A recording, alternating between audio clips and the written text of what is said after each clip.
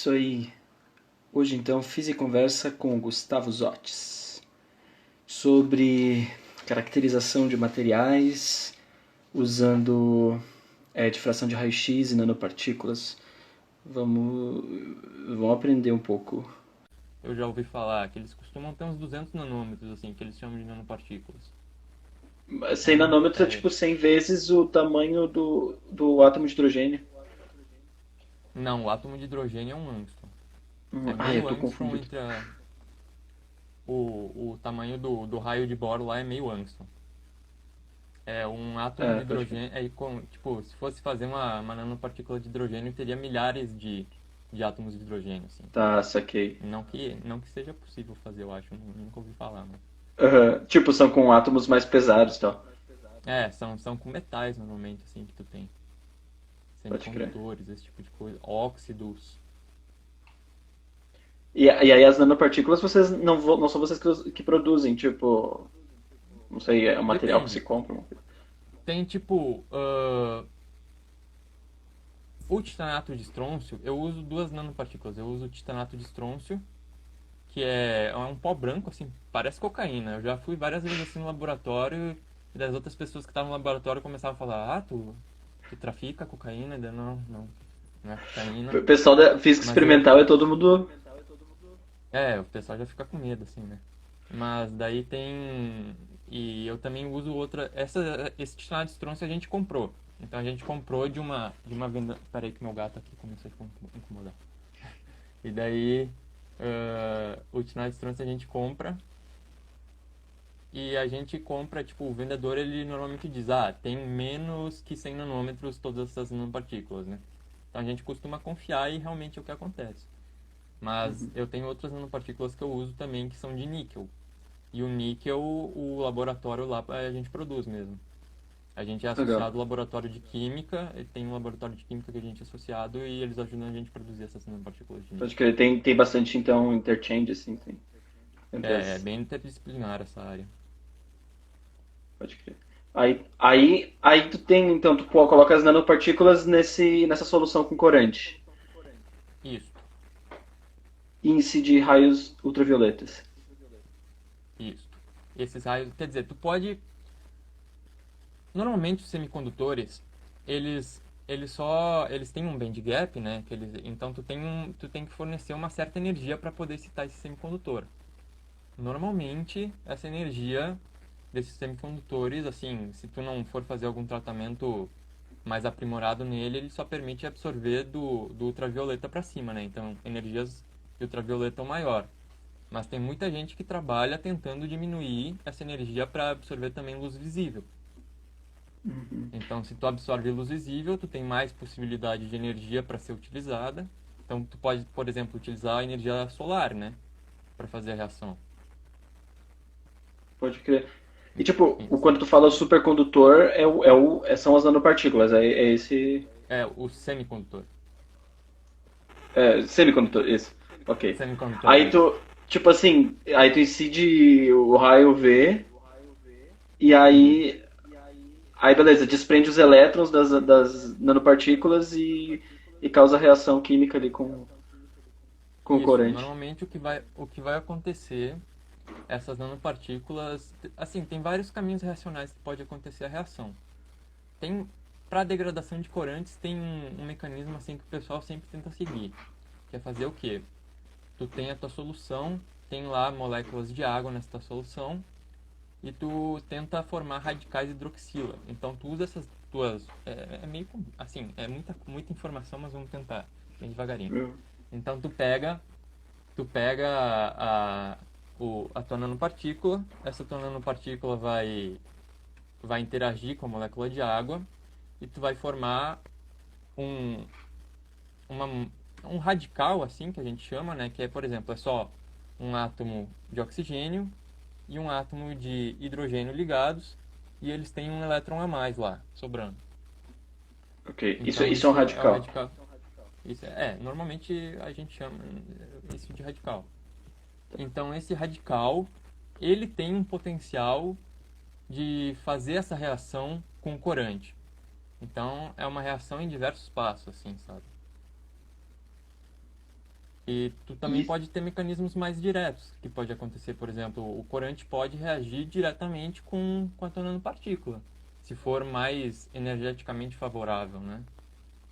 Mas depende. sim. Tipo, quando tu fala de ter esses radicais, também é uma coisa, é mais algum material que vocês colocam, tipo, na solução, assim, tipo.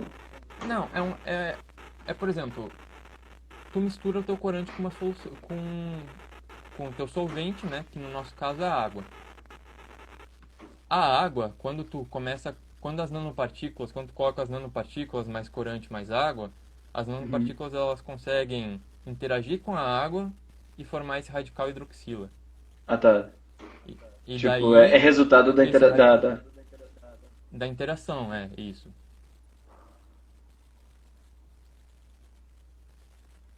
Aí, beleza, daí essa é a ideia de como fazer a degradação, tipo, É uma das ideias mais, assim, rotineiras, né?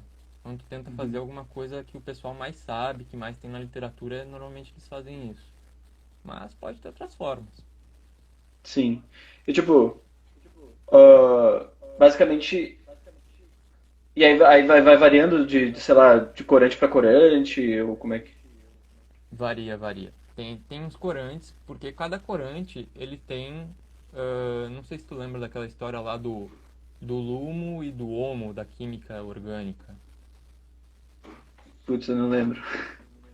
Normalmente, então, assim, quando tem... É a mesma coisa, é quase a mesma coisa que uma banda de condução, uma banda de valência, né? Só que daí é para moléculas orgânicas. Normalmente tu tem o teu orbital molecular, porque é uma molécula, então tu tem o orbital molecular ãh, de maior energia que está ocupado, e tu tem o teu orbital molecular de menor energia que está desocupado. Que é mais ou menos uma coisa similar à banda de condução e banda de valência, né? E cada corante tem esses orbitais moleculares em um nível de energia, né? Então pode ser que eu use minhas nanopartículas para fazer reação em um corante, mas pode ser que em outro corante essa mesma reação seja completamente diferente. E pode ser que também não funcione. Pode crer. E tipo, isso tem literatura ou isso também é parte da pesquisa descobrir o que funciona para cada sei lá, para cada corante ou. É os dois, né? Tu tem sempre a gente tenta ver o que tem na literatura e o que pode ser aprimorado. E a gente sempre tenta ver na nossa própria pesquisa o que a gente pode, quais são os parâmetros que a gente pode otimizar para fazer essa reação acontecer.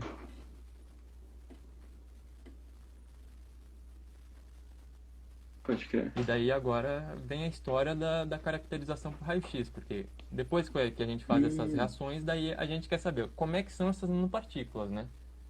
Porque não é só porque o vendedor ou porque a gente tem um certo modelo para fazer essas nanopartículas que elas sempre vão sair a mesma coisa. Então sempre tem que estar caracterizando elas. Tipo, é a caracterização do próprio material que tu usa para fazer a degradação. Isso. É, Hum, a gente está querendo descobrir como é que. Porque é um pouco difícil, assim. Não é um pouco difícil, mas normalmente os físicos eles trabalham nessa área tentando descobrir assim, com técnicas físicas como que está acontecendo. Claro, tem muita coisa interdisciplinar hoje em dia, então tu pega às vezes um artigo e é um químico que está trabalhando com técnicas que os físicos normalmente trabalham, e vice-versa, né? Então sim. é um negócio bem. Mas normalmente, então, o que a gente faz? A gente pega essas nanopartículas e a primeira coisa normalmente que a gente faz é difração de raio-x, né? Porque o que difração de raio-x pode fornecer? Primeiro, a gente quer saber, a difração de raio-x, ela pode te dar duas coisas principais, assim. Qual fase cristalina que tu tem lá, ou seja, eu tenho essas nanopartículas assim que eu comprei ou que eu produzi que eu acho que elas são, sei lá, níquel. Mas será que elas realmente são de níquel? Ou se não, qual fase que esse níquel tá? Será que é um níquel metálico? Será que é um óxido de níquel? Será que é um cloreto de níquel? E quando tu faz difração de raio-x com esses teus materiais, cada fase cristalina tem uma certa impressão digital, né?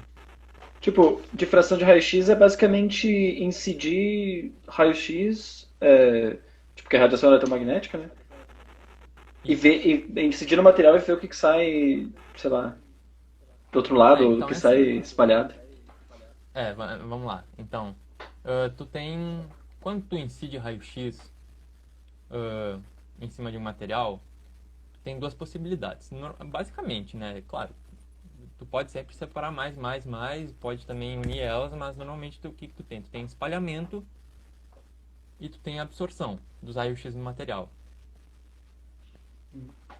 Daí agora, difração de raio-x, ela tá lá na seção de espalhamento elástico, quer dizer, tu incide raio-x no material e o que tu vai coletar vai ser o raio-x espalhado pelo material, né? Então, no mesmo ângulo que tu incidiu sobre ele. Ou seja, tu incide o raio-x sobre o material sobre um ângulo e tu vai lá no ângulo θ aqui desse lado e tu coleta o raio-x aqui. Tipo, tipo assim, aqui tá o material em si assim, e aí eu olho o que sai desse lado, assim. Tipo, nesse Exatamente. sentido. Isso. E daí o que acontece? Quando tu tá vendo um cristal, tu tem certos planos, né? Tu tem certos planos cristalinos. Cada material tem um certo tipo de plano cristalino. Tem uma Tá. certa forma, assim, de cristal, né? Tu tem uma certa rede cristalina. Claro, O quando a cristal gente é, estuda é- status... cristal é quando eles estão, tipo, quando os átomos eles estão organizados, tipo, em redezinhas, assim, né? Quadradinhos, pá. periodicamente, isso. Tu tem... O que que é uma rede cristalina? Tu tem a tua rede propriamente dita, né? Ou, por exemplo, quando tu estuda estado sólido lá, tu tem a rede cúbica, rede tetragonal, rede hexagonal, rede ortorrômbica, sei lá. Tem tipo 14 redes possíveis que tem lá em 3D, né? Uhum. Então, e depois que tu tem essa rede, tu pode colocar átomos de base. Ou seja, como é que é o diamante? O diamante, ele tem uma rede cúbica, só que ele tem uma base com dois átomos de carbono que eles estão ligados, não ligados, mas é uma ligação metálica, né? De certo modo. Metálica e também covalente. Então tu tem lá uh, os átomos de carbono separados por uma certa distância e esses dois átomos de carbono, cada um tem a sua rede cúbica. Hum. Então, Não, daí, eu por tô, exemplo, tô, tô tentando visualizar aqui, tô montando a... assimilar, tá, certo. Se tu pesquisa assim, rede cristalina do diamante na internet, tem um Tá, desenho, assim, sabe?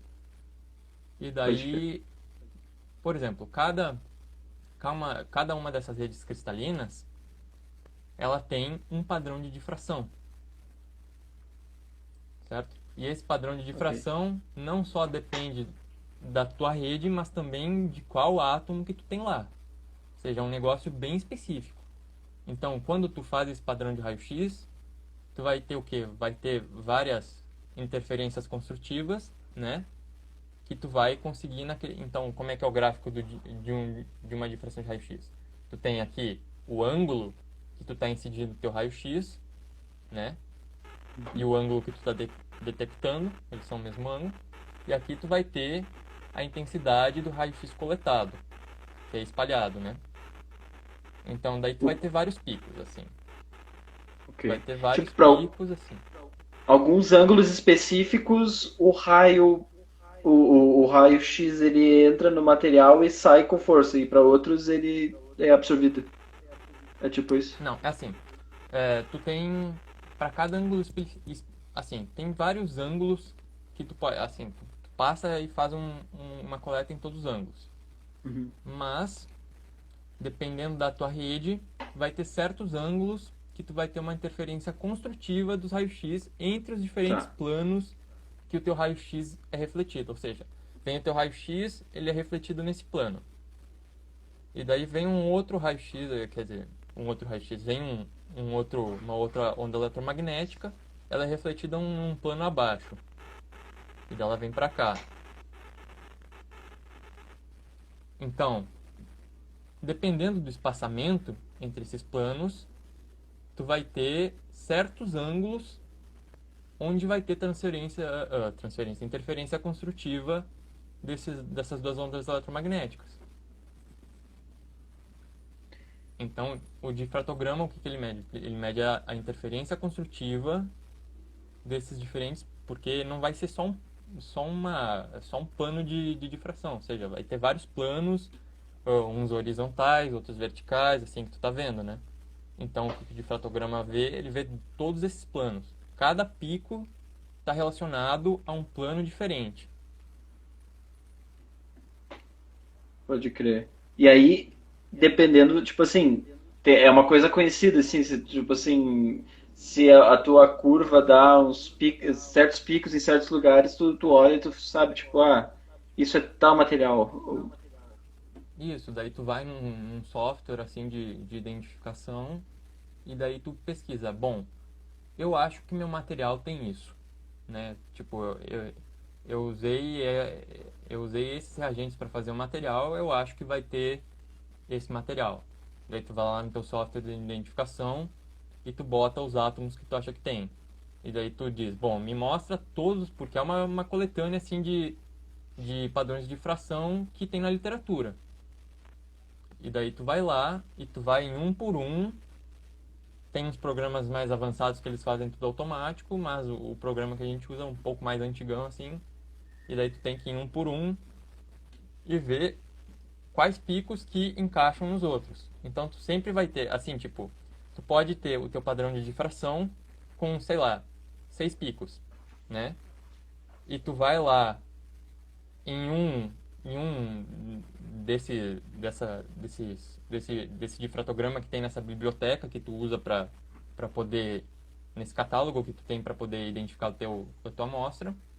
Tu tem, por exemplo, várias, sei lá, achei aqui, eu tenho uma amostra de níquel e aqui está dando uma amostra de níquel metálico. Vou colocar aqui para ver se os picos eles estão alinhadinhos, se a razão entre um pico e o outro tá a mesma coisa que tá no padrão. E daí o que eu vejo? Bom, Uhum. dos 6 picos que eu tenho, 3 picos desse catálogo do níquel metálico encaixam nesse meu padrão de difração que eu medi. Ou 3 de seja, 6, por exemplo. Isso? 3 de 6, ou seja, identifiquei níquel metálico. Ou seja, agora restam outros 3 picos que eu tenho que descobrir que tem alguma outra fase cristalina, um outro composto que eu também vou ter que olhar, né? E Hum. daí eu vou, por exemplo, detectei níquel metálico, agora sobraram 3 picos para eu conseguir identificar. E vamos chutar aqui, pode ter óxido de níquel. Então, o óxido de níquel, ele encaixa nos outros 3 picos que sobraram. Daí tu consegue identificar, então, essas duas fases cristalinas que tu tem no teu material. Pode crer. E daí, tipo assim, você tem vários tipos de materiais, os picos vão se somando, se sobrepondo, assim. É, Nesse, pode crer. eles podem. Aí isso é uma outra parte, então, do que tu faz. Então seria tipo, uma coisa é caracterização de materiais, que tu olha para essas nanopartículas e usa a difração de raio-x para identificar a composição. A outra parte é usar essas nanopartículas para fazer a degradação de corantes. Isso. Essas Isso. duas coisas. A gente tenta aumentar a eficiência da degradação do corante e a gente Hum. caracteriza os materiais que a gente usou para poder dizer o que está acontecendo propriamente dito, né? Porque a gente pode só dizer, bom, aumentou a eficiência, mas o que está acontecendo? Daí tu tem que aplicar as técnicas de caracterização para saber o que está acontecendo tanto antes da reação Ah, como depois da reação. Então tu pode também fazer tipo, normalmente a difração não vai mudar antes e depois da reação, né? uhum. Porque o teu material, se ele for um catalisador, ele tem que permanecer a mesma coisa. Mas, por exemplo, a superfície do material pode mudar. Pode ser que os produtos que tu gerou, eles estão começando a ficar colados na tua superfície. Isso é uma coisa, eu acho que se chama coating. É uma palavra do inglês, eu não sei qual é a tradução, mas basicamente tu tá cobrindo a tua superfície com subprodutos dessa tua reação. E Tipo como assim, catalisador que... Sim, tipo assim, tu tem a tua solução, eu tento imaginar, né? Eu imagino a solução, tipo, num beckerzinho, assim, sim. tipo água. Aí, a nanopartícula, que você falou, é tipo um pó. Isso. Então eu imagino que tu coloca em alguma máquina, assim, que tu aperta um botão e aí ele emite os raios X e te dá a curva, a curva da difração. Assim, Tipo isso. tem que separar uma coisa das outras. Assim, Hum. eu não sei se tem algum aparelho no mundo que faça esse tipo de medida ao mesmo tempo que tu faz a tua reação. Normalmente o que tu Ah, tá. faz é porque normalmente essas medidas elas são feitas em vácuo, né? Porque senão se tu joga raio-x assim, tipo, na atmosfera, ele vai começar a espalhar para tudo que é lado. Tá. E daí tu vai ficar só com ruído. Então, normalmente, mas o que tu disse é isso, tipo, eu vou lá, eu misturo, né? E daí eu coloco algum agitador lá para ficar agitando essa solução. Então a solução sempre fica bem agitadinha, bem solúvel, o pó não fica no fundo, o pó sempre fica Entendi. girando na solução. E daí depois que tu termina essa tua reação, tu vai lá, tu usa uma centrífuga, tu separa o que restou da solução do teu pó e depois tu seca esse teu pó. E daí tu Ah, usa para ok. fazer as outras medidas. O pó, que seria o material tipo nas nanopartículas, tu separa ele no final. Isso que eu acho que isso que eu tava tentando. Isso, Tipo, tu tu tem a faz tua tudo. solução e tu tem o pó separado. Isso. E aí É depois uma tu pode coisa que pegar existe. ele e medir ele, de medir a difração de raio-x nele de novo. Isso, exatamente. É bem isso. Então, quer dizer, daí a difração de raio-x, o que ela vai te dar, como a gente estava falando, é tipo fase cristalina. E depois tu pode usar tipo, tu pode fazer um ajuste desse teu padrão de, de difração, né? Então, como, sei lá, como tu faz um fit linear em uma reta, assim, tu pode também fazer um ajuste nesses teus picos. E disso tu pode, então, em cada pico, o pico em si, quanto mais grosso esse teu pico é, quanto mais largo ele é, menor vai ser o tamanho da tua nanopartícula. E Hum. quanto mais fino ele for, maior vai ser o tamanho da tua nanopartícula. Se um pico ele é largo assim, isso significa que teria que para um certo ângulo eu posso diminuir ou aumentar o ângulo que ainda continua tendo interferência construtiva. É tipo, tá Porque certo pensar assim. o, porque o que acontece? Primeiro, quando tu tem um pico, uma... Primeiro tu tem a questão da periodicidade, ou seja, quando tu tem vários panos atômicos, quer dizer que tu tem uma nanopartícula grande, né? Uhum. Então, a tua interferência construtiva vai ser muito bem definida, Entendi. certo? Agora, quando tu tem menos planos atômicos, a tua nanopartícula vai estar em um estado maior de desordem, certo? Ok. Então, o que pode Porque tem acontecer? menos planos. Menos planos. Isso. Isso, Quando tá. começa a diminuir as coisas, elas começam a chacoalhar mais, né?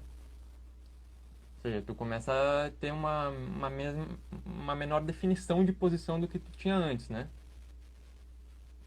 Então, o Sim, que pode. acontece? Quando elas começam a chacoalhar, tu vai começar, então, tu pode pensar desse jeito.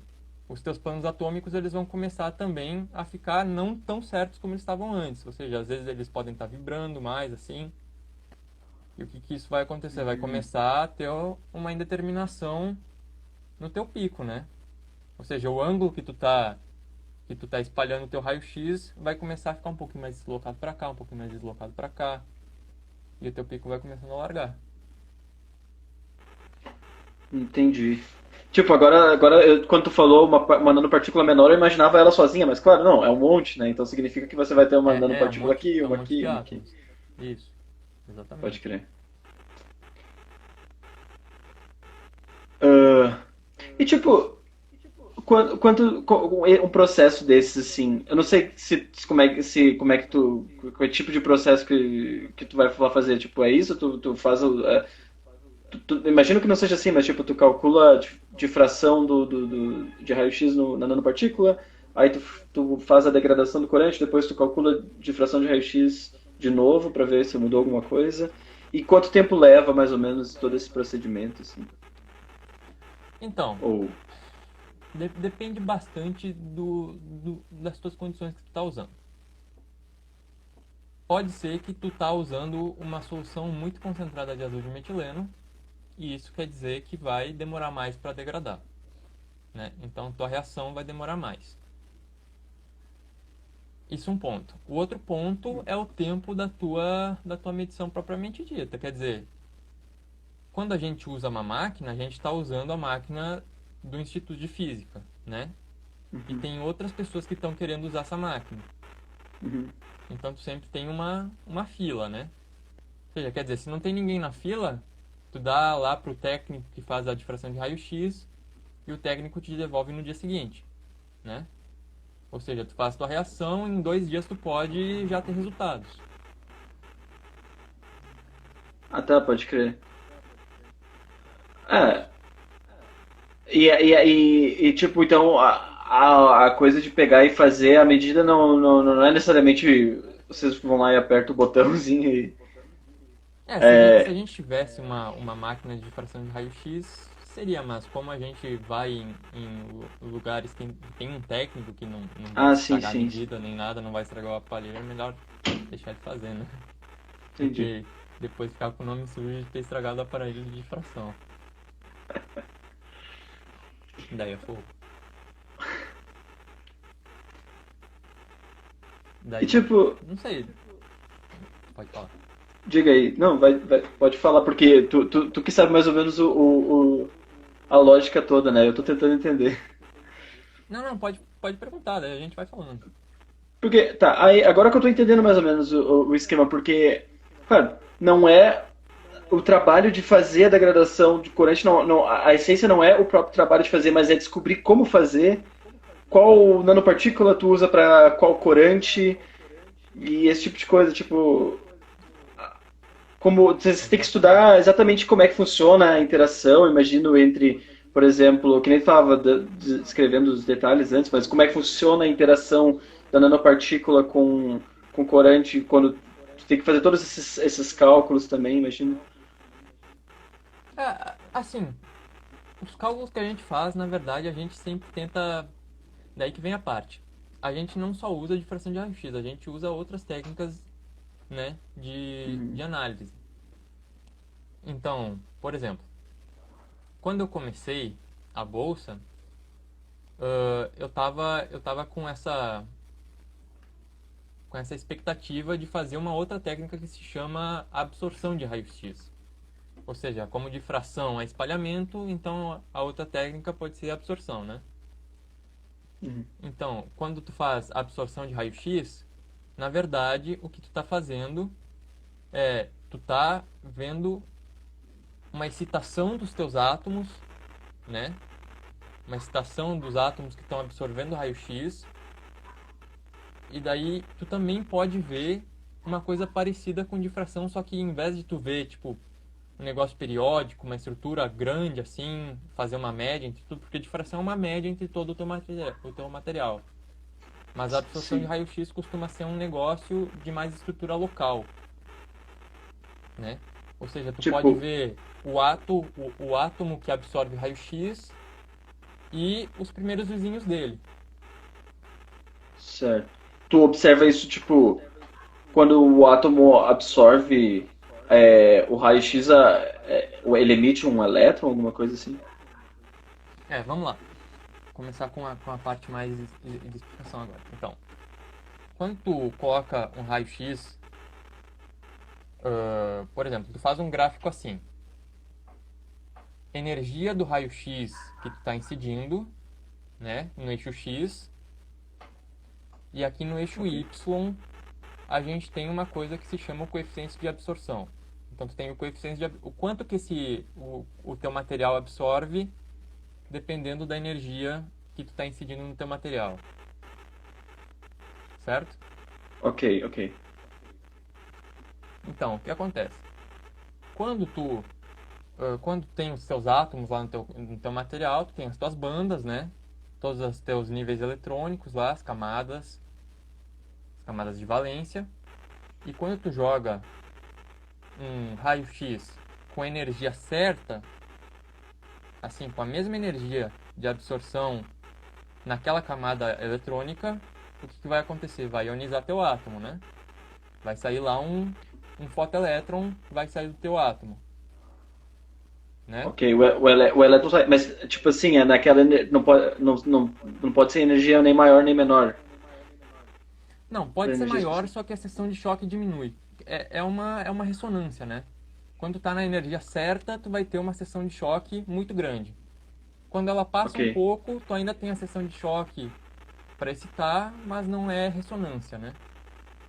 tá, entendi. Acho. O que tu não entendeu? Tipo assim. Não, Vamos lá. não, tipo, a sessão de choque, tá. Então, tipo, a sessão de choque me dá uma ideia de área. Então, se eu ponho a energia certa, o elétron sai com uma sessão de choque alta, significa que ele sai pra. Não é isso, né? Não é sai pra todos os lados, mas.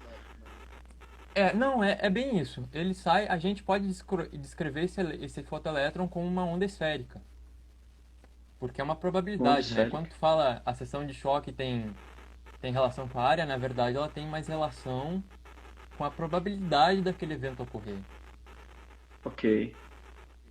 né? Um número Ah, quântico. Então, então se diminui a seção de choque, simplesmente é menos provável que um elétron saia.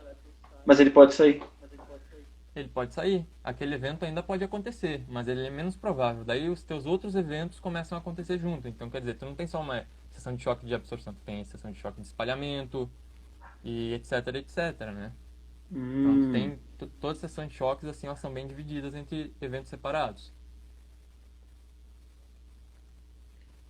Aí pra Então, quando tu. Então, tipo, aí tu vai medir esses elétrons que saem quando tu emite. Por exemplo, pra medir por absorção, então tu tem que olhar pra esses elétrons que saem quando tu emite o raio-x. Peraí que eu me atrapalhei que eu tava lendo. Que alguém perguntou. Eles espalham com distância igual entre si. Como assim? Se eles espalham com distância igual entre si? O- Hum, Tô tentando entender a pergunta. Eles espalham com distância igual entre si?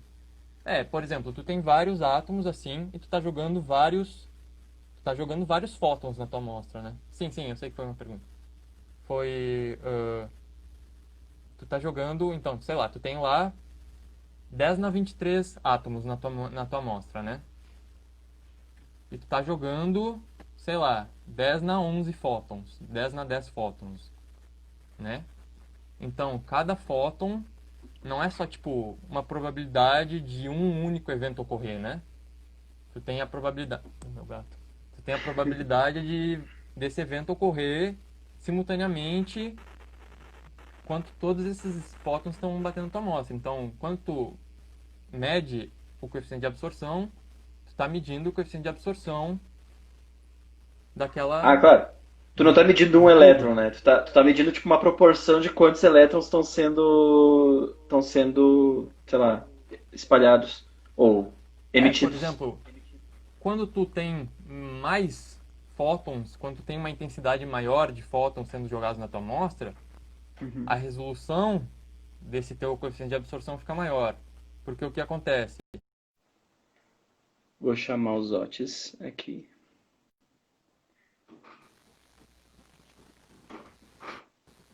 E aí, E aí, Zotis? acho que vai dar pra... Tá bom assim? Tá legal, tá legal.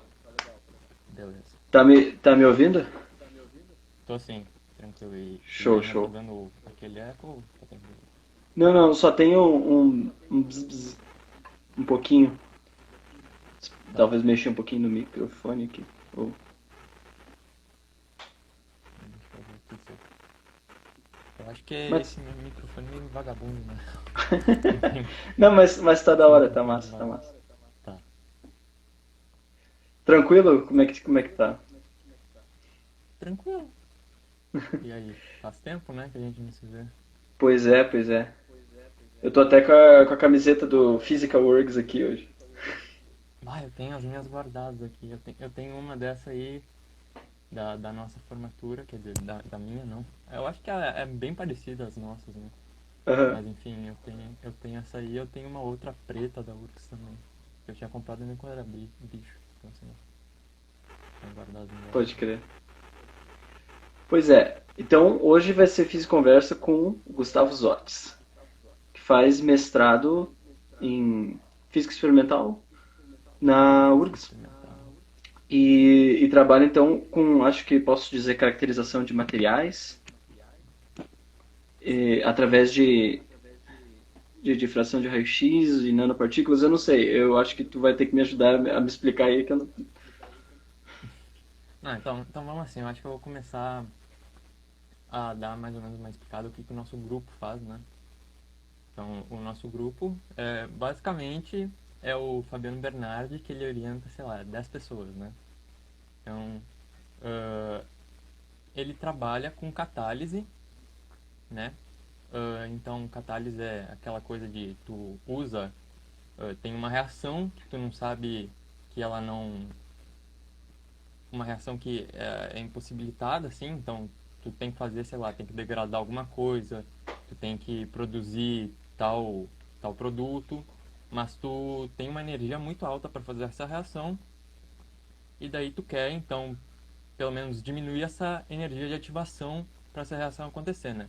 Então tu usa um catalisador. Tipo assim, que tipo de... Só pra me situar, tipo assim, que tipo de reação, assim, o que é a catalisação? Então, assim, por exemplo, quando tu tem... ah, eu vou usar um exemplo bem clássico, assim, que é tipo produção de hidrogênio, né? Que produção de hidrogênio hoje está bombando. Então, produção de hidrogênio, basicamente, tu faz quebra da molécula de água, né? Só que para fazer a quebra da molécula de água, não é tão fácil só, sei lá, colocar luz, né? Porque, sei lá, tu coloca a luz ultravioleta e quebra a molécula de água e produz hidrogênio, né? Mas se tu usa um catalisador, por exemplo, um metal, sei lá, platina, tu consegue fazer com que ah, tu consegue excitar a, a platina e essa platina ela consegue trocar elétrons com a água, porque a água, na verdade, ela sempre está em uma reação de equilíbrio com tipo H3O mais o OH.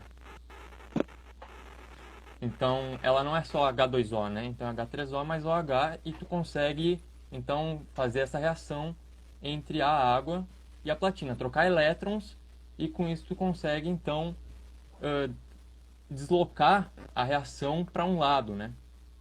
E quando tu desloca a reação para um lado, então tu começa a produzir hidrogênio. É mais ou menos isso. Ah, pode Então, crer. catálise é tu usa um elemento a mais e esse elemento tem que ser importante, que ele não vai ser consumido por essa reação, ou seja, tu vai colocar lá o teu catalisador, sei lá, platina. faz a reação, o teu catalisador tem que estar lá no final. Isso é o catalisador, é a definição, né? É uma peça, um elemento que não é consumido pelo sistema após a reação. Ou seja, tu pode reutilizar ele para fazer essa reação diversas vezes. Pode crer. Aí, tipo, é, tu vai usar, então, tu estuda a catalisação como é? Ok. Tipo, a partir daí, então. É... Tá, então eu vamos tô, começar. O que que eu faço? Ok, ok, Então, ok. vamos lá. O que que eu faço? Eu trabalho com degradação de corantes, né? Então, primeiro, por que que a gente vai degradar corantes? Então, tem duas explicações muito, assim, por que que eu estou fazendo isso? A primeira explicação é a mais do lado, assim, ãh, do lado ambiental, né? Se tu for pensar, os corantes, eles são usados bastante, assim, pela indústria têxtil. Então, tu tem, por exemplo, na China, na Índia, tem grandes indústrias, assim, que produzem muitos corantes. Então, esses corantes, eu acho que tem até um número que é tipo, anualmente se produz 700 mil toneladas de corante. E mais ou menos Corante que tu 15%. fala é tipo corante mesmo. Ou é É, um nome. tipo, que tu pinta cabelo, assim, que tu pinta roupa. Corante, Pode assim, crer, sabe? pode crer. É tipo E uma composição química que é chamada de corante porque tem essa função. é uma molécula que ela interage com a luz de forma que ela tem uma certa. Ela reflete uma certa cor, assim, sabe? Então isso é um corante. Então, tu tem vários tipos de corante. Tu tem corantes azo, ãh, outros tipos de corantes sintéticos, assim, né? Então, ainda voltando, quando a indústria têxtil ela usa esses corantes, essas 700 mil toneladas anuais, isso aí, esse número é tipo de uma década atrás, 2 décadas atrás. Então, hoje deve ter ainda mais. E se perde mais ou menos uns 15% desses corantes ãh, na no efluente assim da indústria, sabe? Eles não conseguem tratar e no final, se tu vai pegar no efluente da indústria, a água tá totalmente colorida e essa água totalmente colorida aí, sei lá, 200 ppm de moléculas de corante na água, então 200 partes por milhão de molécula, e tu tem ãh, esse corante ele começa a deixar a água perto desse lugar mais escura. E se tu tem alguma, por exemplo, se tu tem alguma planta aquática que está fazendo fotossíntese, o corante vai começar a espalhar luz, vai começar a absorver luz e tu não vai mais conseguir fazer a fotossíntese dessa planta, né? Hum. E Pô, depois também esse corante pode se dissociar e quando esse corante se dissocia, ele forma então um produto bem tóxico às vezes. Então a outra parte dessa pesquisa de degradação de corantes é como que tu pode degradar corante para que tu forme um produto menos tóxico do que naturalmente ele se dissocia. entendi. Então, na verdade, é literalmente isso. Tu pesquisa como degradar esses corantes pra, tipo assim, realmente eliminar ele, por exemplo, da água, alguma coisa assim, É, né? isso. E essa é a parte ambiental, né? E depois tem a parte acadêmica que é legal, né? A gente quer tentar, pelo menos, ver como é que essas reações acontecem, né? Tipo, qual o caminho reacional, quais são os subprodutos que formam durante a reação, esse tipo de coisa. Uhum.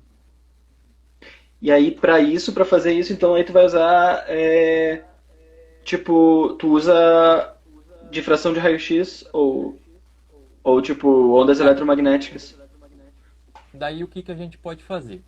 Quando a gente usa esses catalisadores, que no meu caso são as nanopartículas, então eu uso nanopartículas como catalisadores Então para tu fazer essas coloca reações. tipo, tu coloca essas nanopartículas junto com o corante ou junto com o material que tem esse corante.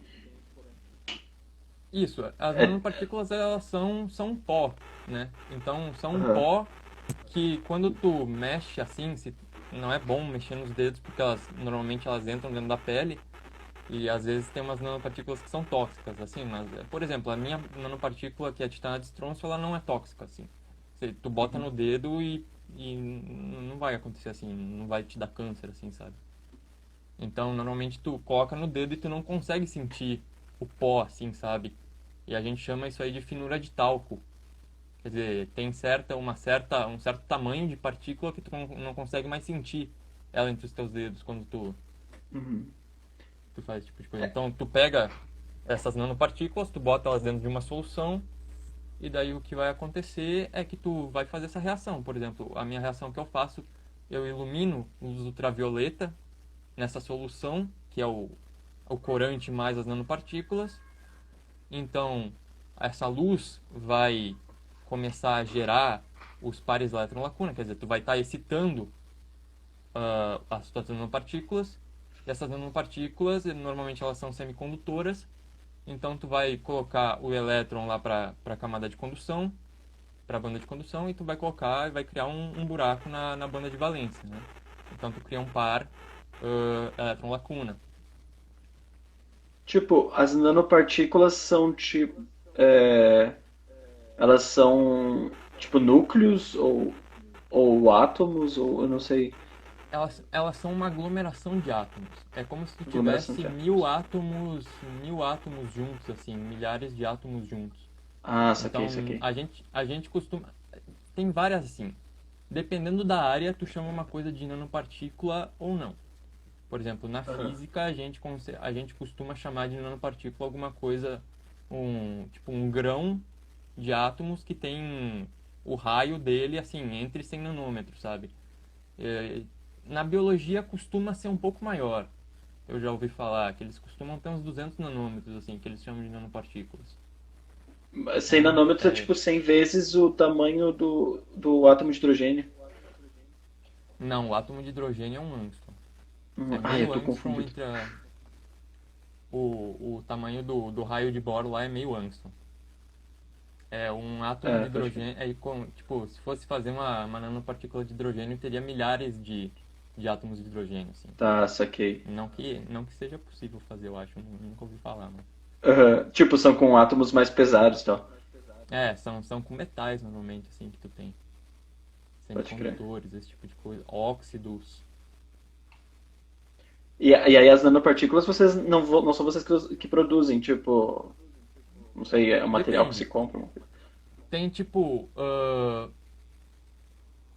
O titanato de estrôncio, eu uso duas nanopartículas. Eu uso o titanato de estrôncio, que é um pó branco, assim, parece cocaína. Eu já fui várias vezes assim no laboratório e das outras pessoas que estavam no laboratório começavam a falar: Ah, tu trafica cocaína? Eu, não é cocaína. O pessoal da física Mas eu. experimental é todo mundo.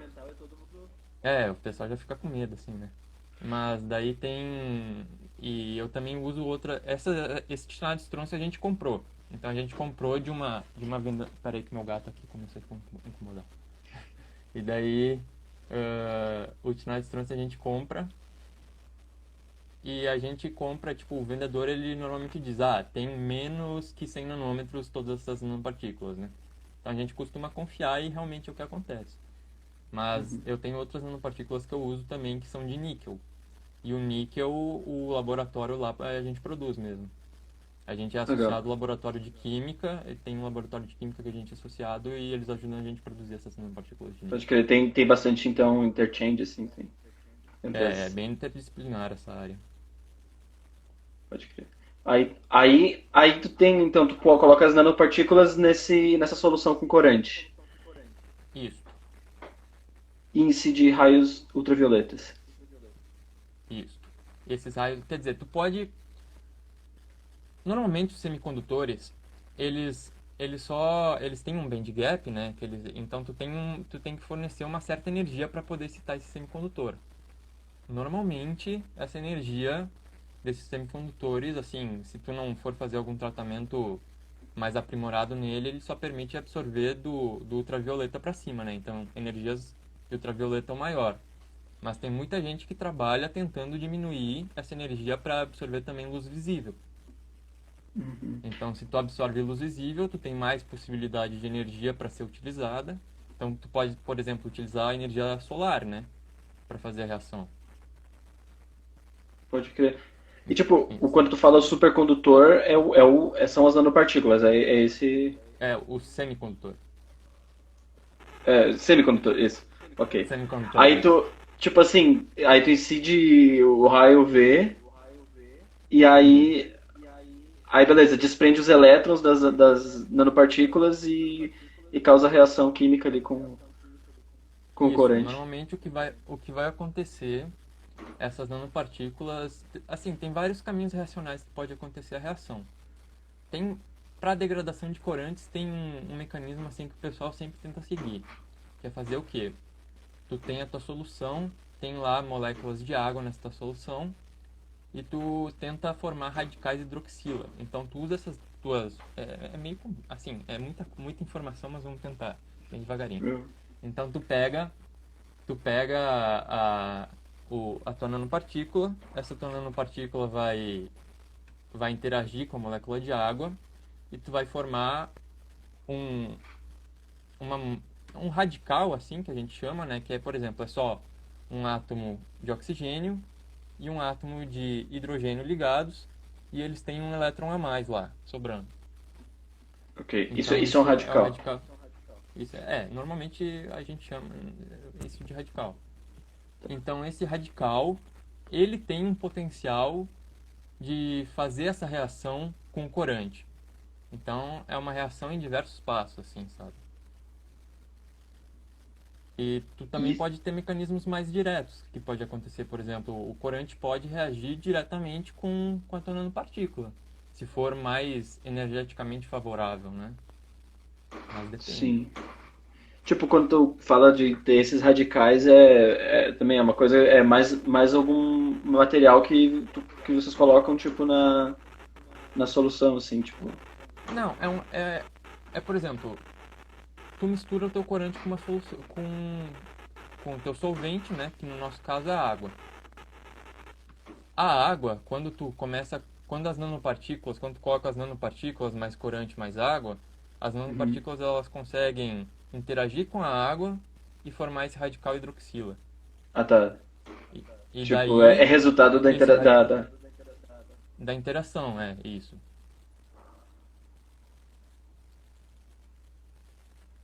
Aí, beleza, daí essa é a ideia de como fazer a degradação, tipo, É uma das ideias mais assim rotineiras, né? Quando tu tenta fazer alguma coisa que o pessoal mais sabe, que mais tem na literatura, normalmente eles fazem isso. Mas pode ter outras formas. sim. E tipo, ah, basicamente, e aí vai variando sei lá, de corante para corante, ou como é que. Varia, varia. Tem uns corantes, porque cada corante ele tem. Não sei se tu lembra daquela história lá do lumo e do homo da química orgânica. Putz, eu não lembro. Normalmente, então, assim, quando tem. É a mesma coisa, é quase a mesma coisa que uma banda de condução, uma banda de valência, né? Só que daí é para moléculas orgânicas. Normalmente tu tem o teu orbital molecular, porque é uma molécula, então tu tem o orbital molecular ah, de maior energia que está ocupado, e tu tem o teu orbital molecular de menor energia que está desocupado. Que é mais ou menos uma coisa similar à banda de condução e banda de valência, né? E cada corante tem esses orbitais moleculares em um nível de energia, né? Então pode ser que eu use minhas nanopartículas para fazer reação em um corante, mas pode ser que em outro corante essa mesma reação seja completamente diferente. E pode ser que também não funcione. Pode crer. E tipo, isso tem literatura ou isso também é parte da pesquisa descobrir o que funciona para cada sei lá, para cada corante ou. É os dois, né? Sempre a gente tenta ver o que tem na literatura e o que pode ser aprimorado. E a gente sempre tenta ver na nossa própria pesquisa o que a gente pode, quais são os parâmetros que a gente pode otimizar para fazer essa reação acontecer.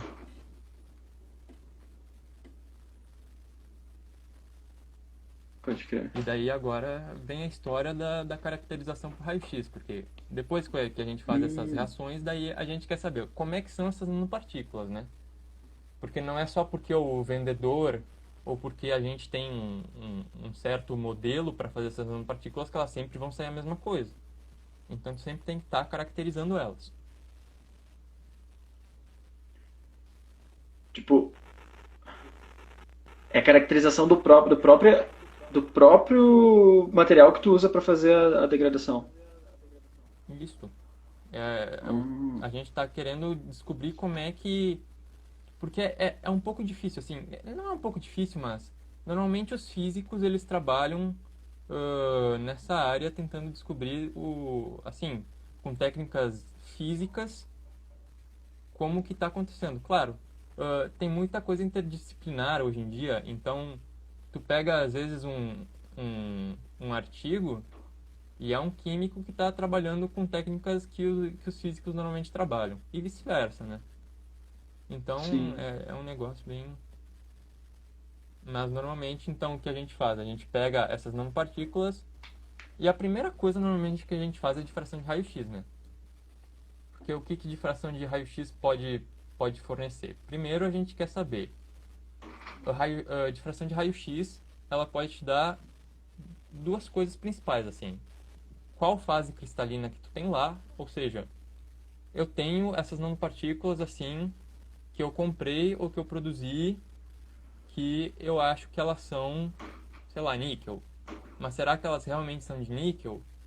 Ou se não, qual fase que esse níquel tá? Será que é um níquel metálico? Será que é um óxido de níquel? Será que é um cloreto de níquel? E quando tu faz difração de raio-x com esses teus materiais, cada fase cristalina tem uma certa impressão digital, né? Tipo, difração de raio-x é basicamente incidir raio-x, tipo, que é radiação eletromagnética, né? E Isso. ver, e incidir no material e ver o que sai, sei lá, do outro lado, o Então que é sai assim. espalhado. Vamos lá. Então, tu tem. Quando tu incide raio-x ah, em cima de um material, tem duas possibilidades. Basicamente, né? Claro, tu pode sempre separar mais, pode também unir elas, mas normalmente o que tu tem? Tu tem espalhamento e tu tem absorção dos raios-x no material. Daí agora, difração de raio-x, ela tá lá na seção de espalhamento elástico, quer dizer, tu incide raio-x no material e o que tu vai coletar vai ser o raio-x espalhado pelo material, né? Então, no mesmo ângulo que tu incidiu sobre ele. Ou seja, tu incide o raio-x sobre o material sobre um ângulo e tu vai lá no ângulo θ aqui desse lado e tu coleta o raio-x aqui. Tipo, tipo assim, aqui tá o material em si assim, e aí eu olho o que sai desse lado, assim. Tipo, nesse Exatamente. sentido. Isso. E daí o que acontece? Quando tu tá vendo um cristal, tu tem certos planos, né? Tu tem certos planos cristalinos. Cada material tem um certo tipo de plano cristalino. Tem uma Tá. certa forma, assim, de cristal, né? Tu tem uma certa rede cristalina. Claro, O quando a cristal gente é, estuda é- estados... cristal é quando eles estão, tipo, quando os átomos eles estão organizados, tipo, em redezinhas, assim, né? Quadradinhos, pá. periodicamente, isso. Tu tem... O que que é uma rede cristalina? Tu tem a tua rede propriamente dita, né? Ou, por exemplo, quando tu estuda estado sólido lá, tu tem a rede cúbica, rede tetragonal, rede hexagonal, rede ortorrômbica, sei lá. Tem tipo 14 redes possíveis que tem lá em 3D, né? Uhum. Então, e depois que tu tem essa rede, tu pode colocar átomos de base. Ou seja, como é que é o diamante? O diamante, ele tem uma rede cúbica, só que ele tem uma base com dois átomos de carbono que eles estão ligados, não ligados, mas é uma ligação metálica, né? De certo modo. metálica e também covalente. Então tu tem lá os átomos de carbono separados por uma certa distância e esses dois átomos de carbono, cada um tem a sua rede cúbica. Hum. Então, Não, daí, por eu exemplo, tô tentando visualizar aqui, tô montando a... assimilar, tá, certo. Se tu pesquisa assim, rede cristalina do diamante na internet, tem um Tá, desenho, assim, sabe? E pode crer. daí, por exemplo, cada uma dessas redes cristalinas, ela tem um padrão de difração, certo? E esse padrão de Ok. difração não só depende da tua rede, mas também de qual átomo que tu tem lá. Ou seja, é um negócio bem específico. Então, quando tu faz esse padrão de raio-x, tu vai ter o quê? Vai ter várias interferências construtivas, né? Que tu vai conseguir naquele... Então, como é que é o gráfico de uma difração de raio-x?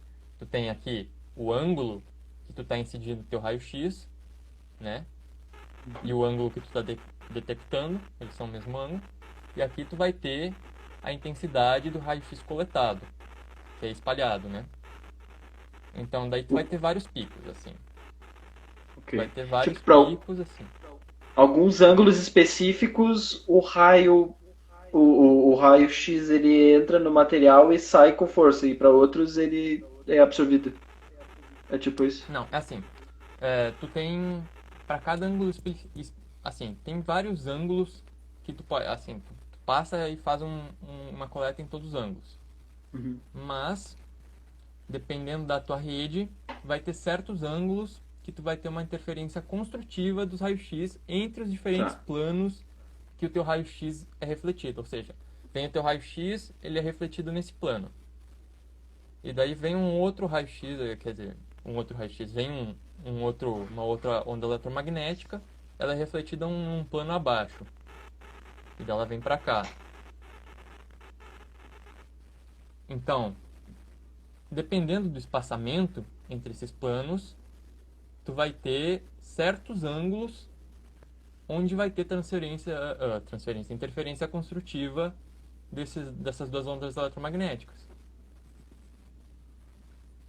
Então, o difratograma, o que ele mede? Ele mede a interferência construtiva desses diferentes, porque não vai ser só um plano de difração, ou seja, vai ter vários planos, uns horizontais, outros verticais, assim que tu tá vendo, né? Então, o que o difratograma vê? Ele vê todos esses planos. Cada pico está relacionado a um plano diferente. Pode crer. E aí, dependendo, tipo assim, é uma coisa conhecida, assim, tipo assim, se a tua curva dá uns picos, certos picos em certos lugares, tu olha e tu sabe, tipo, ah, isso é tal material.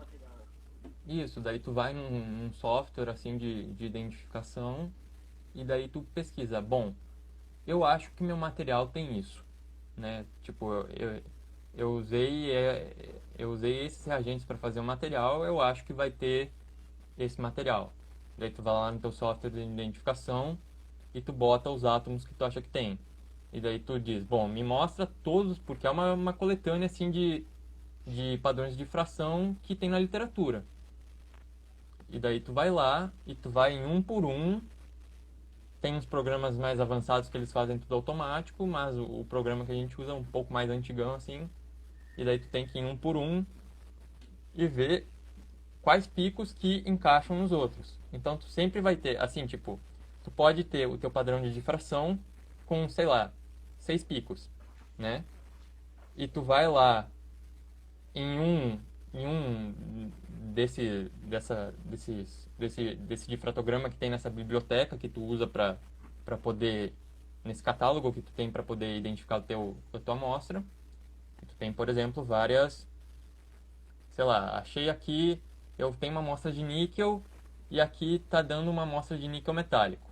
Vou colocar aqui para ver se os picos eles estão alinhadinhos, se a razão entre um pico e o outro tá a mesma coisa que tá no padrão. E daí o que eu vejo? Bom, Uhum. dos 6 picos que eu tenho, 3 picos desse catálogo do níquel metálico encaixam nesse meu padrão de difração que eu medi. Ou 3 de seja, 6, por exemplo. Isso? 3 de 6, ou seja, identifiquei níquel metálico. Ou seja, agora restam outros 3 picos que eu tenho que descobrir que tem alguma outra fase cristalina, um outro composto que eu também vou ter que olhar, né?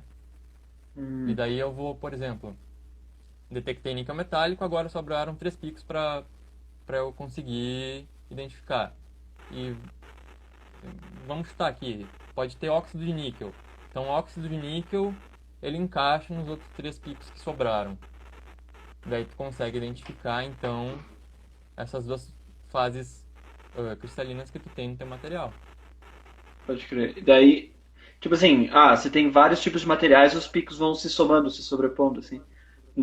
É, Nesse, pode crer. eles podem.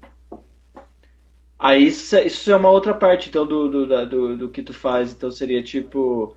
Uma coisa é a caracterização de materiais, que tu olha para essas nanopartículas e usa a difração de raio-x para identificar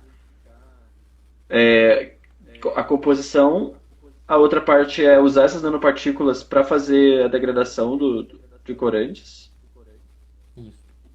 Isso. Essas duas coisas. A gente tenta aumentar a eficiência da degradação do corante e a gente Hum. caracteriza os materiais que a gente usou para poder dizer o que está acontecendo propriamente dito, né? Porque a gente pode só dizer, bom, aumentou a eficiência, mas o que está acontecendo? Daí tu tem que aplicar as técnicas de caracterização para saber o que está acontecendo tanto antes da reação Ah, como depois da reação. Então tu pode também fazer tipo, normalmente a difração não vai mudar antes e depois da reação, né? Porque o teu material, se ele for um catalisador, ele tem que permanecer a mesma coisa. Mas, por exemplo, a superfície do material pode mudar. Pode ser que os produtos que tu gerou, eles estão começando a ficar colados na tua superfície. Isso é uma coisa, eu acho que se chama coating. É uma palavra do inglês, eu não sei qual é a tradução, mas basicamente tu tá cobrindo a tua superfície com subprodutos dessa tua reação. E tipo como o assim, catalisador que... Sim, tipo assim, tu tem a tua solução, eu tento imaginar, né? Eu imagino a solução, tipo, num bekerzinho, assim, sim, tipo água. Aí a nanopartícula que me falou é tipo um pó. isso. Então eu imagino que tu coloca em alguma máquina, assim, que tu aperta um botão e aí ele emite os raios X e te dá a curva, a curva da difração. Assim, Tipo isso. tem que separar uma coisa das outras. Assim, Hum. eu não sei se tem algum aparelho no mundo que faça esse tipo de medida ao mesmo tempo que tu faz a tua reação. Normalmente o que tu Ah, tá. faz é porque normalmente essas medidas elas são feitas em vácuo, né? Porque senão se tu joga raio-x assim, tipo, na atmosfera, ele vai começar a espalhar para tudo que é lado. Tá, pode E crer. daí tu vai ficar só com ruído. Então, normalmente, mas o que tu disse é isso, tipo, eu vou lá, eu misturo, né? E daí eu coloco algum agitador lá para ficar agitando essa solução. Então a solução sempre fica bem agitadinha, bem solúvel, o pó não fica no fundo, o pó sempre fica Entendi. girando na solução. E daí depois que tu termina essa tua reação, tu vai lá, tu usa uma centrífuga, tu separa o que restou da solução do teu pó e depois tu seca esse teu pó.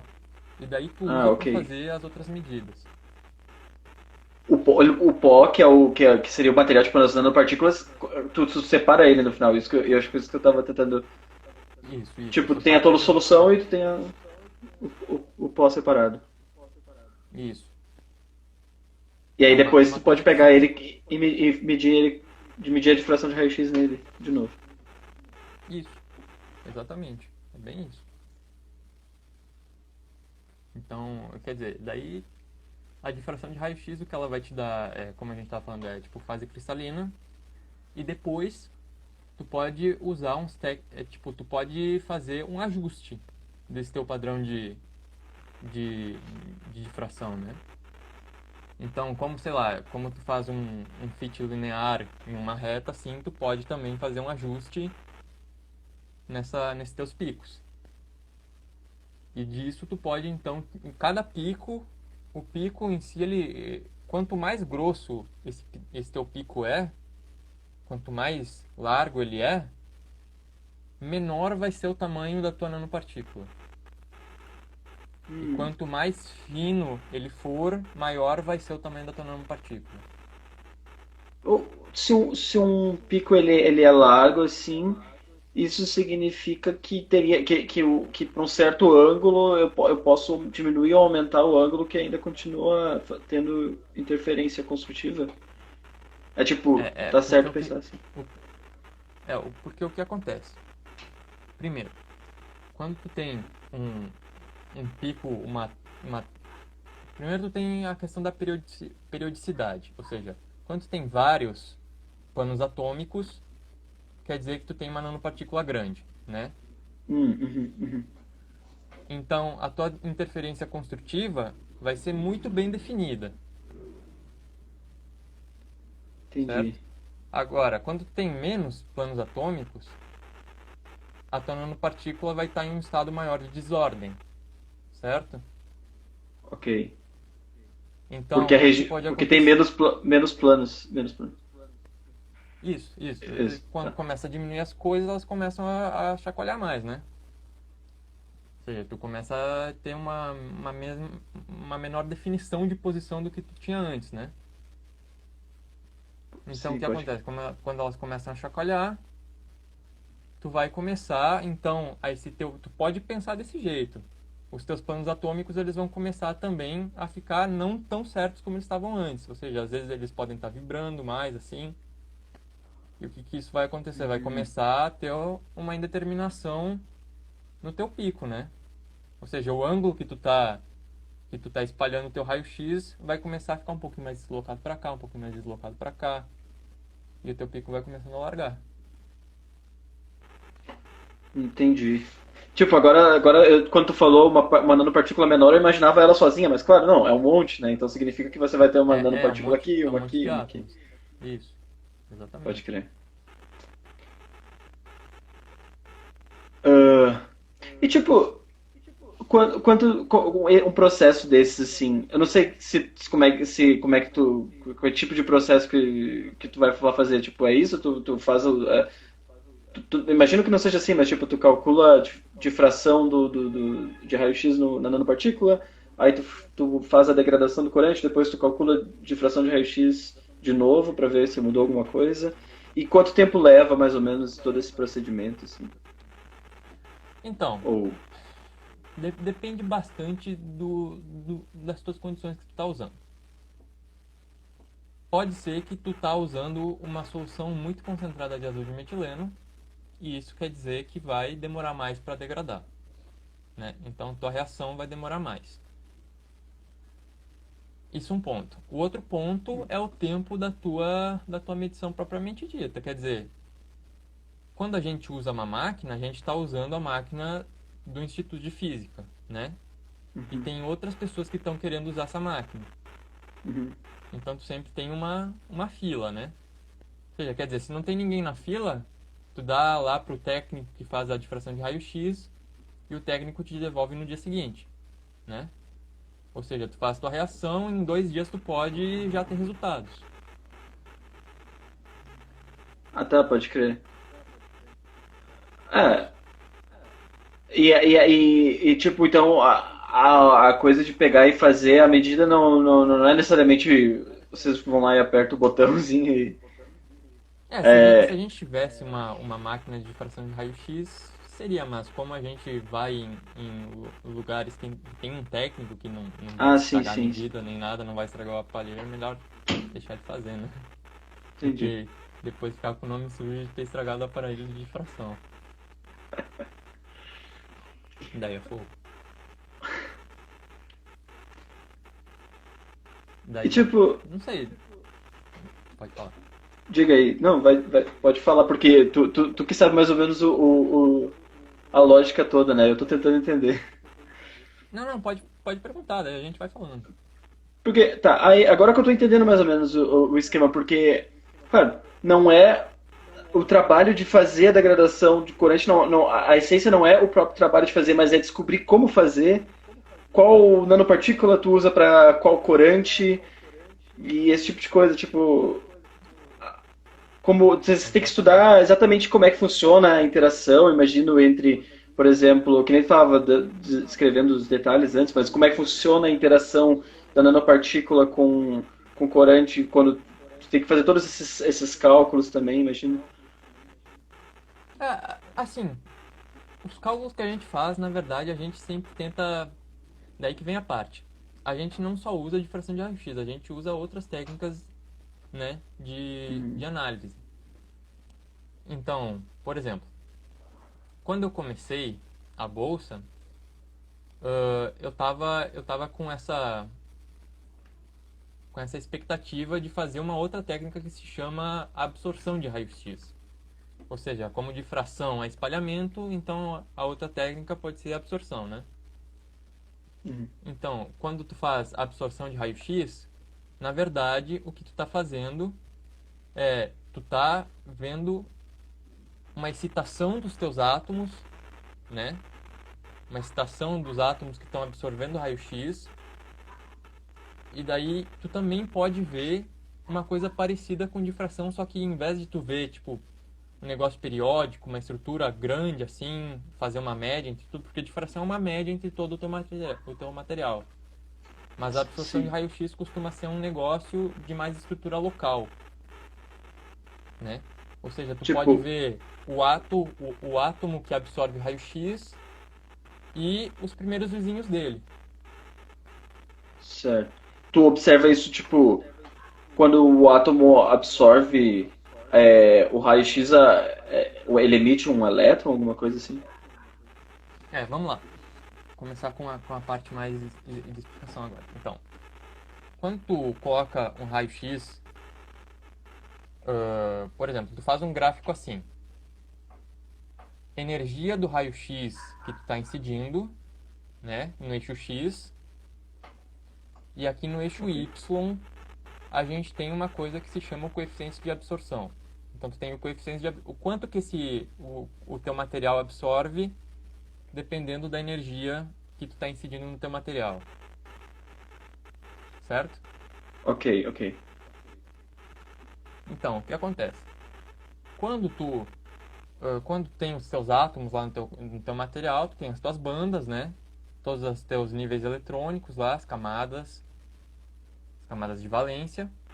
E quando tu joga um raio-x com a energia certa, assim, com a mesma energia de absorção naquela camada eletrônica, o que vai acontecer? Vai ionizar teu átomo, né? Vai sair lá um fotoelétron, vai sair do teu átomo, né? Ok, o elétron sai. Mas, tipo assim, é naquela. Não pode, não pode ser energia nem maior nem menor. Não, Para pode ser energia maior, específica. só que a seção de choque diminui. É uma ressonância, né? Quando tu tá na energia certa, tu vai ter uma seção de choque muito grande. Quando ela passa Ok, um pouco, tu ainda tem a seção de choque para excitar, mas não é ressonância, né? tá, entendi.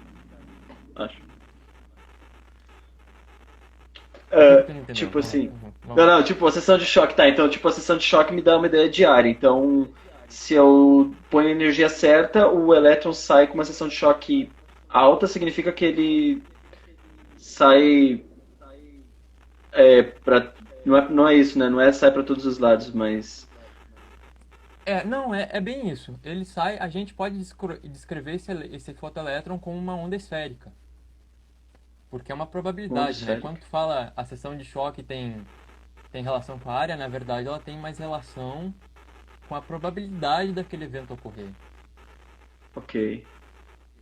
né? Um nível Ah, quântico. Então, então se diminui a seção de choque, simplesmente é menos provável que um elétron saia. Mas ele pode sair.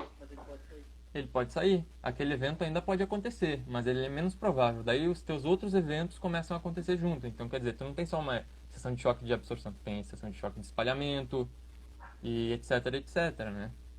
Então, tu Hum, tem todas as seções de choques assim, elas são bem divididas entre eventos separados. Aí pra Então, tu. Então, tipo, aí tu vai medir esse elétron, esses elétrons que saem quando tu emite. Por exemplo, para medir por absorção, então tu tem que olhar para esses elétrons que saem quando tu emite o raio-x. peraí que eu me atrapalhei que eu tava lendo.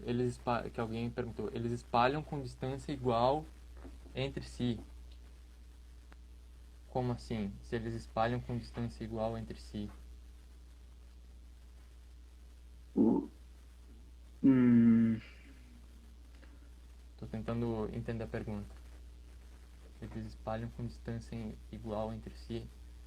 Por exemplo, tu tem vários átomos assim e tu tá jogando vários fótons na tua amostra, né? Sim, sim, eu sei que foi uma pergunta. Foi, tu tá jogando, então, sei lá, tu tem lá 10 na 23 átomos na tua amostra, né?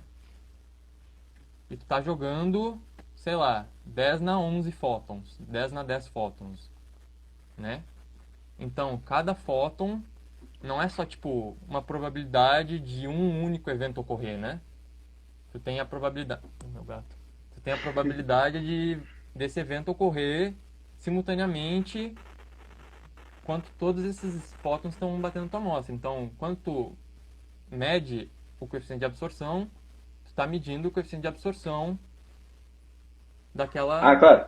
Tu não tá medindo um de tudo, elétron, né? né? Tu tá medindo tipo uma proporção de quantos elétrons estão sendo, sei lá, espalhados ou Por emitidos. exemplo, quando tu tem mais fótons, quando tu tem uma intensidade maior de fótons sendo jogados na tua amostra, a resolução desse teu coeficiente de absorção fica maior. Porque o que acontece?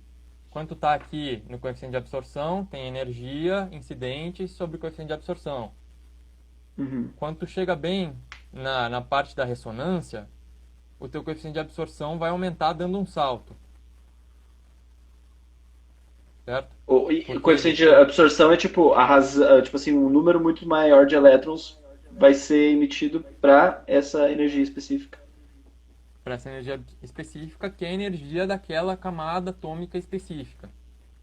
Uhum. Então, quando tu tem aqui, tá, sei lá, uma absorção muito pequena, ou zero, se tu preferir, assim, zero num modelo totalmente teórico, né? Mas então, quando tem uma absorção muito pequena, e daí chega naquela energia de ressonância daquela camada atômica, vai absorver um monte.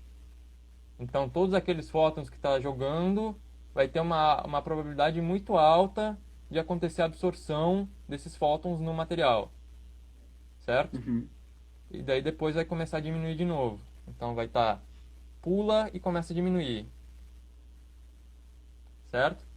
Certo. E daí é aquela pergunta que, que, que tu fez, né? Por exemplo, quando um elétron sai dessa tua camada atômica aqui, ele vai sair como uma onda esférica, né? Ele tem a probabilidade de sair de qualquer um desses lados. Então, tu tem uma probabilidade igual dele ir para cima, para baixo, para os lados, quer dizer, né? Então, tu não sabe exatamente onde é que ele está. Então, tu caracteriza ele como uma onda esférica. Ok. E aí, E daí, o que que acontece? quando a energia aumenta, deixa de ser de ter esse caráter de onda esférica? Não, continua sendo. É porque Ah, tá. quando quer dizer assim, quando a energia está em ressonância, quer dizer que esse evento está acontecendo esse evento tem uma probabilidade muito grande de acontecer, né?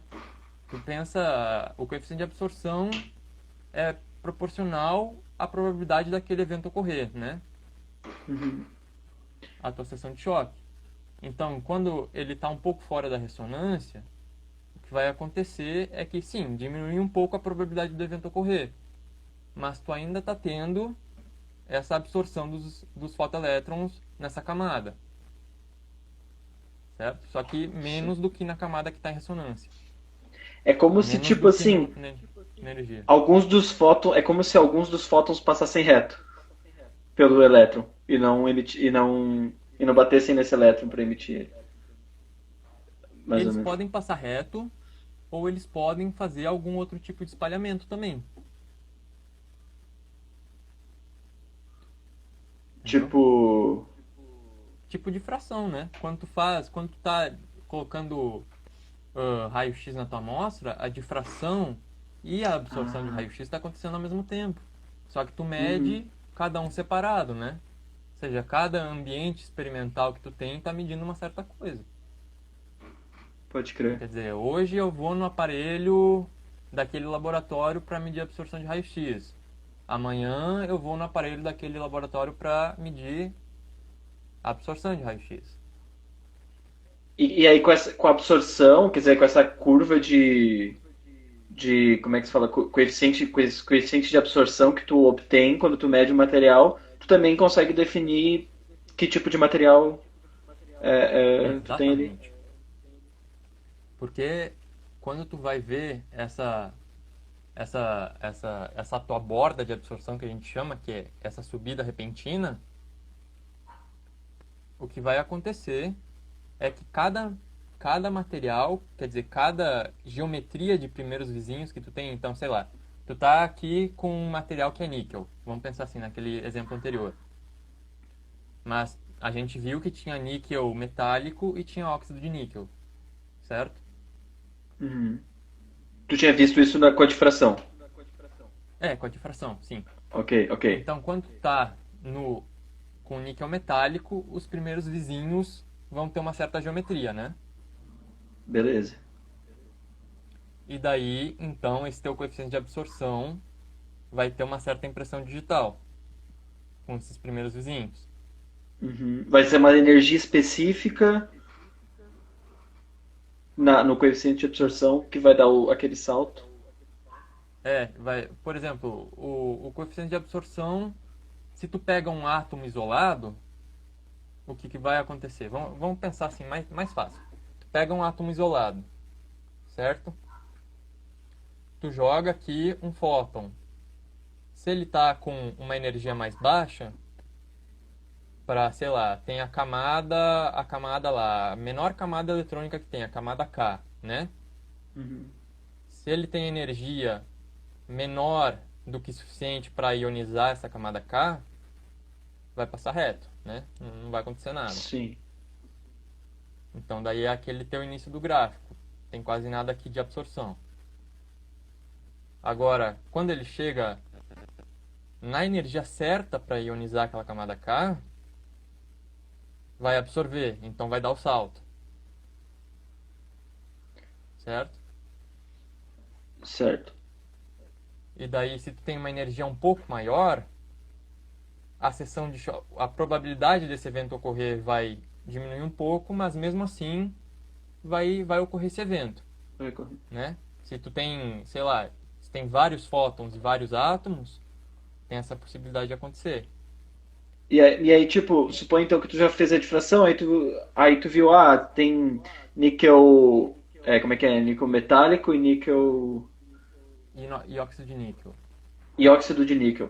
Tu tem os dois ali, aí quando tu vai fazer então uma medida por absorção, que tipo de informação, quer dizer, eu não sei se aplica nesse caso, que tipo de informação daí tu pode, é mais uma confirmação? Ou tu pode ter talvez Não, uma outra.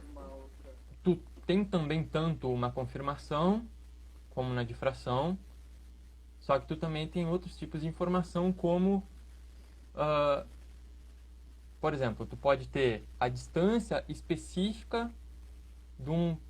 Eu só vou voltar um pouco antes para terminar o raciocínio para Ah, entender, ah né? tá. Uhum. Por exemplo, daí então, se tu tem lá um único átomo, vai sair aquela onda esférica, certo? Ok. Só que se tu tem vizinhos, que é um caso realista, né? Essa tua onda esférica vai retroespalhar nos átomos vizinhos, Hum, certo? E uhum. quando isso acontece, dependendo do teu material, dependendo da tua configuração local, vai ter uma impressão digital que tu vai poder olhar na absorção de raio-x. Entendi. Vai te dar uma ideia agora que eu tô entendendo, então vai te dar uma ideia de como é que estão os teus vizinhos, como é que os átomos vizinhos estão, sei lá, Exatamente, distribuídos.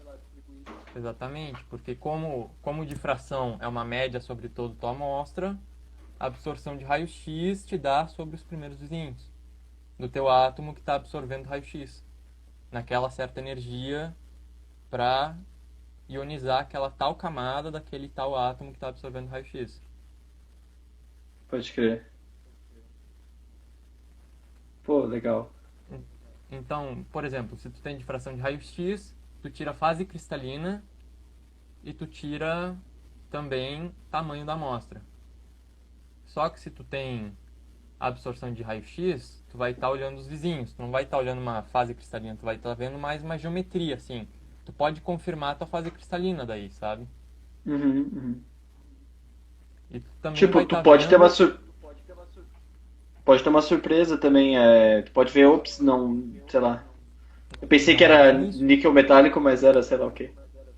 Isso, porque daí pode ser, sei lá, pode ser níquel, vai ter alguma coisinha e quando tu vai ver quando tu vai analisar, tu consegue tirar a distância do átomo que absorve raio-x para os primeiros vizinhos,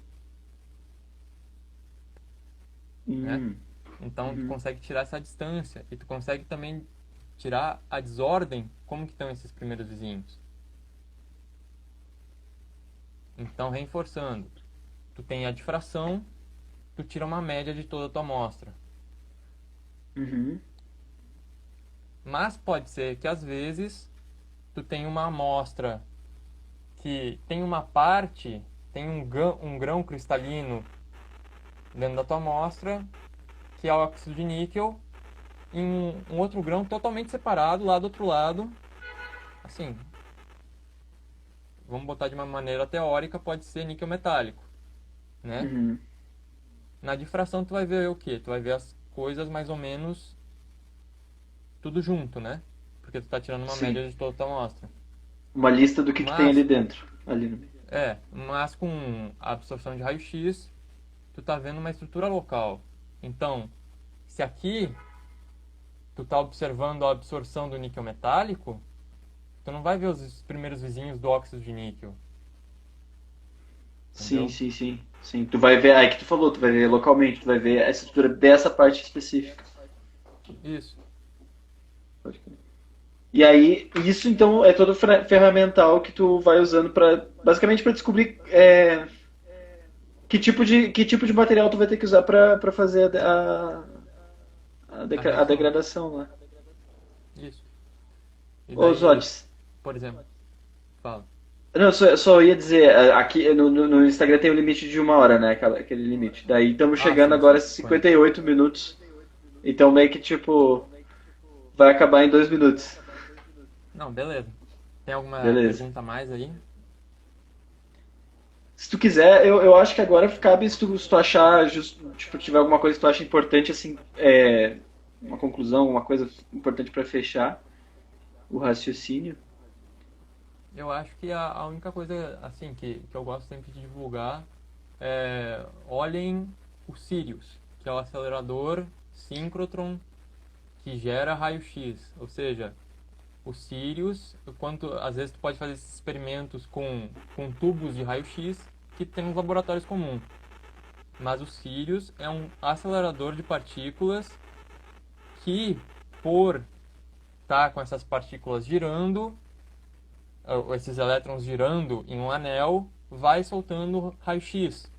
Esse raio-x é muito mais intenso do que qualquer tubo de raio-x pode gerar. E com isso a gente faz os experimentos de estado da arte, que a gente chama, né? Hum, Então, tu tem uma intensidade muito forte de raio-x, tu consegue ver uma resolução perfeita. E é o Sirius agora que eles estão inaugurando esse ano, que tem a primeira linha de luz que está fazendo esses experimentos com raio-x. pode crer. É o acelerador brasileiro, né? É o acelerador brasileiro, por enquanto, um dos melhores do mundo. Que massa. Bom, vai fechar agora. Então eu vou só então agradecer. Muito obrigado, Zotti. Foi um papo, tipo. Eu aprendi bastante, cara. Eu aprendi muita coisa mesmo.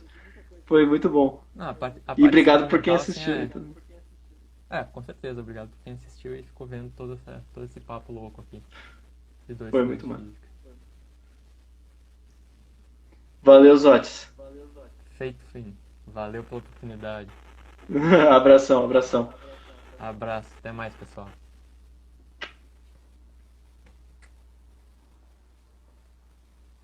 Ah, então, tchau. Valeu. Fechou? Não sei.